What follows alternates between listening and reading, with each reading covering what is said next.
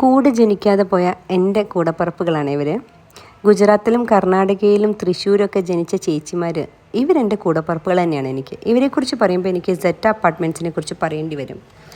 സെറ്റ എന്നെ സംബന്ധിച്ച് ഒരു വാടക വീടായിരുന്നില്ല, എന്നെ സംബന്ധിച്ച് അതൊരു കൂട്ടുകുടുംബമായിരുന്നു. ജീവിതത്തിൻ്റെ ഒരു ഘട്ടത്തിൽ ഞാൻ പതറിപ്പോയപ്പോൾ, പകച്ചു നിന്നപ്പോൾ, ഇനി എന്ത് എന്ന് ഞാൻ എന്നോട് തന്നെ ചോദിച്ച സമയത്ത് എന്നെ ചേർത്ത് നിർത്തി എനിക്ക് തണലായി സധൈര്യം മുന്നോട്ട് പോകൂ എന്ന് എന്നോട് ഉറക്കെ പറഞ്ഞ എൻ്റെ ചേച്ചിമാർ മാത്രമല്ല കേട്ടോ, സുരേഷ് സാറും ശേഖർ സാറും ശ്രീനാഥ് സാറും എല്ലാവരും. ആ അപ്പാർട്ട്മെൻറ്റിലെ ബാലു സാറും പാട്ടിയും ഹേമ ചേച്ചിയും സജി ആൻറ്റിയും എല്ലാവരും, ഞാനിപ്പോൾ ഇങ്ങനെ പേര് ഓർത്തെടുക്കുകയാണ്. എല്ലാവരും പറഞ്ഞറിയിക്കാൻ പറ്റാത്ത സ്നേഹത്തിൻ്റെ കലവറകളായിരുന്നേ.